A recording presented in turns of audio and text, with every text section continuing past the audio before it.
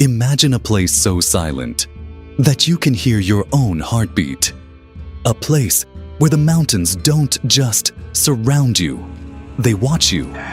Where every single morning, waking up is not a routine, it's a victory. And every evening, drawing a breath of survival is its own quiet prayer. Most people will never hear its name. Most maps won't give it a second look. But those who have stood in its shadows, breathed its frozen air, and looked into the eyes of the people who call it home, they will tell you one thing without hesitation. Hushe Valley changed them forever. Close your eyes for a moment and picture this. Snow-draped peaks that pierce the clouds. Valleys so deep and still that sound itself seems afraid to enter. A sky so vast and blue it feels like God stretched it out personally, just for this one corner of the earth. And somewhere, in the middle of all this raw, breathtaking, almost violent beauty, a small community of people, living, surviving, and somehow thriving. This is Hushe Valley. Nestled in the heart of Gilgit-Baltistan, Pakistan, cradled within the mighty Karakoram Range, not far from Skardu, Hushe Valley is one of those rare places that the modern world forgot to rush into. And honestly, that might be exactly what saved it.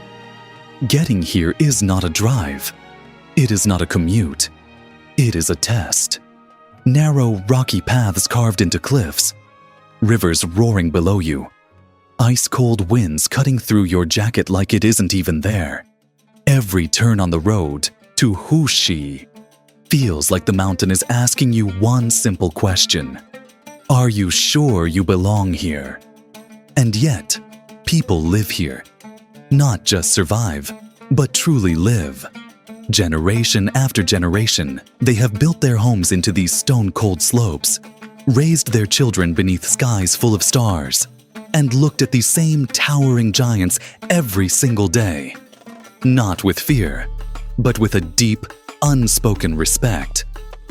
But here is the question that burns in the mind of anyone who truly pays attention. Why? When the winters are brutal enough to freeze time itself, when roads disappear under meters of snow for months, when the nearest hospital, the nearest market, the nearest helping hand is impossibly far away.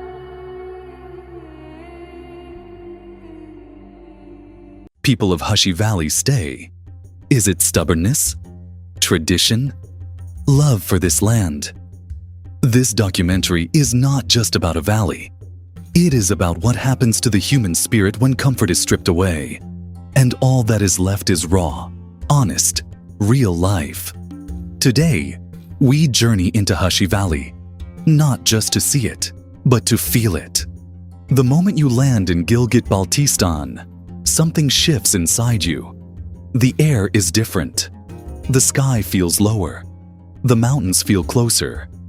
Gilgit-Baltistan is not just a province of Pakistan. It is nature's most dramatic statement. Towering ranges on every side, rivers cutting through stone, and roads that make your heart race before the journey even truly begins. From here, we head toward Skardu. The drive itself is a documentary. Every turn reveals something that no camera can fully capture. Deep blue rivers running alongside ancient cliffs, villages clinging to hillsides like they are holding on for dear life, and above it all, snow-covered peaks watching you in silence.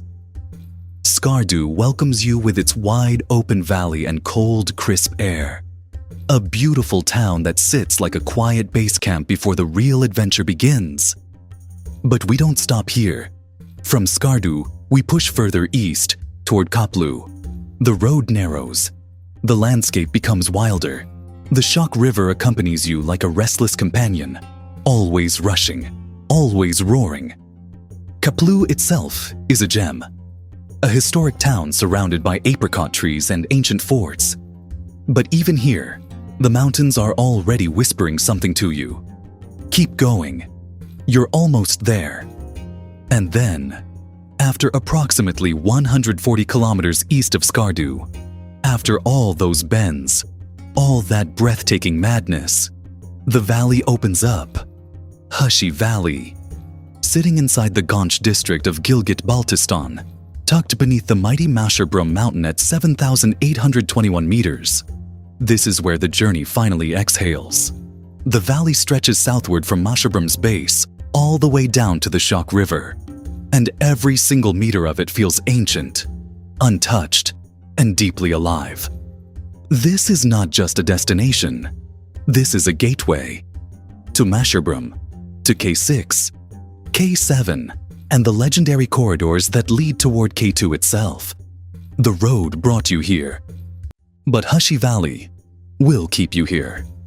Every legendary place has a legendary person behind it. A soul that carries the spirit of that land on their shoulders, quietly, humbly, without asking for applause. For Hushe Valley, that person was little Kareem. Say his name to anyone who has ever attempted the Karakoram peaks and watch their expression change. Climbers from France, Spain, Italy, seasoned mountaineers who had conquered peaks across the world, would lower their voices and speak his name with a specific kind of respect. Not the respect you give to a celebrity. The respect you give to someone who once saved your life. Little Kareem was not just a guide. He was a language that only the mountains understood, and he spoke it fluently. He didn't need fancy equipment or satellite maps. He needed his eyes, his instincts, and decades of living inside the heart of the Karakoram, and that was enough, more than enough.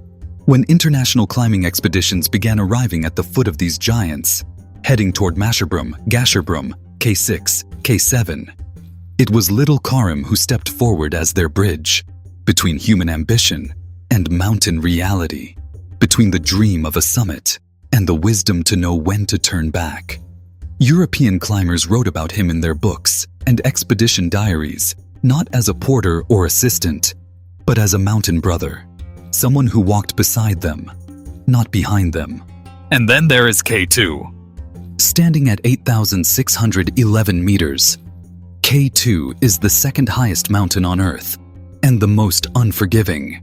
Climbers call it the Savage Mountain for a reason. It does not welcome you. It does not reward ambition alone. It demands everything: your strength, your patience, your ego, your fear. And the primary route to K2's base camp passes directly through Hushe Valley.